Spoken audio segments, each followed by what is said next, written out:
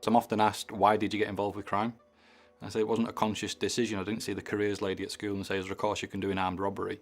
It was just there. It was all around us. And it all started with weed and drinking, cannabis, the usual stuff. We used to steal badges off expensive cars and swap them up like trading cards.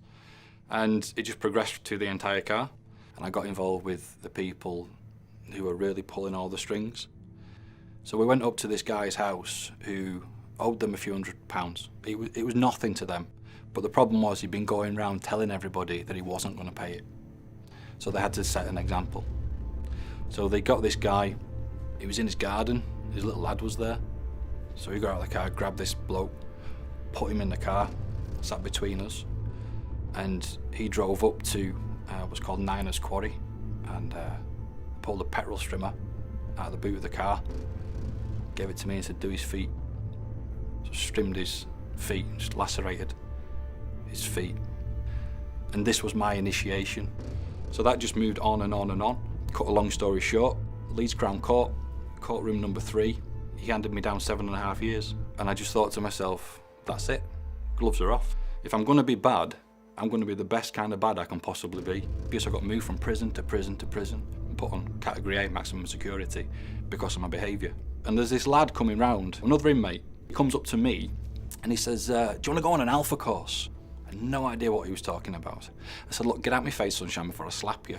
I thought no more of it. And next day, and this kid's coming around with this clipboard again. So I'm just waiting for this kid to get within slapping range. And he must have sensed something wasn't right because he blurted something out really quickly. He went, you get Wednesday afternoon at a bang up and you get free coffee and you get free biscuits. All right, I'll see you on Wednesday. And we just started giving her a hard time, a really hard time. The thing that stopped me, it wasn't what they said because I wasn't really listening, but it was how they did it.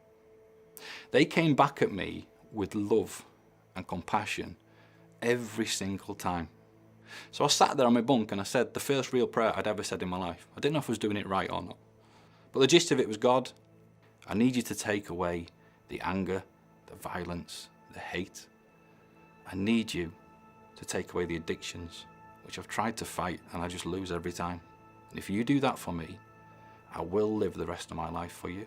But the next morning, I woke up, as I always had done. Rolled over to grab the smoke, as I always had done, but I couldn't touch it. Everything about it, the look, the thought, the smell, everything made me want to be sick. And I knew what I had to do, so I went and got my little stash and I put it straight out the cell window. And as soon as they'd gone, I started to feel a bit better. I started to calm down a little bit, but I was still freaking out. So I just said to myself, Darrell, calm down, go get a wash, go get a shave. And as I started to get a wash, I looked in the mirror and just stopped dead. Because I didn't recognise my own reflection. I was like, that guy's smiling. Not just smiling, that guy's beaming. And I noticed I didn't just look different, I felt different. Everything had gone. It was as if someone had unscrewed the top of my head and just poured freezing cold water in, and everything had been just washed out clean. So the chaplain comes onto the wing and I just told him absolutely everything. And he said, the man that went to bed last night is not the same man that's standing here this morning. You're a new creation. And that was it. I said, no more. No more fighting, no more drugs, no more nothing. If you owe me anything, forget it. If you're holding anything of mine, keep it. I don't want it, I'm done, I'm finished. Jesus has saved me. And then when it came time for my release, I knew I was going to go into full-time ministry. Reverend Mark Finch, JP, a magistrate, and he said, would you consider coming to Runcorn near Liverpool? We've got a new church plant, we're just getting going. There's a big problem with young people and gangs and drugs. Would you come? I knew it was the right place to go. So he picked me up from the gates on the morning of my release. Took me to his house, not her house, his home. And his eldest is his daughter Rebecca, who is now my wife and the mother to my 2 amazing children, Benjamin and Lydia Grace. My life just couldn't look more different than what it is now.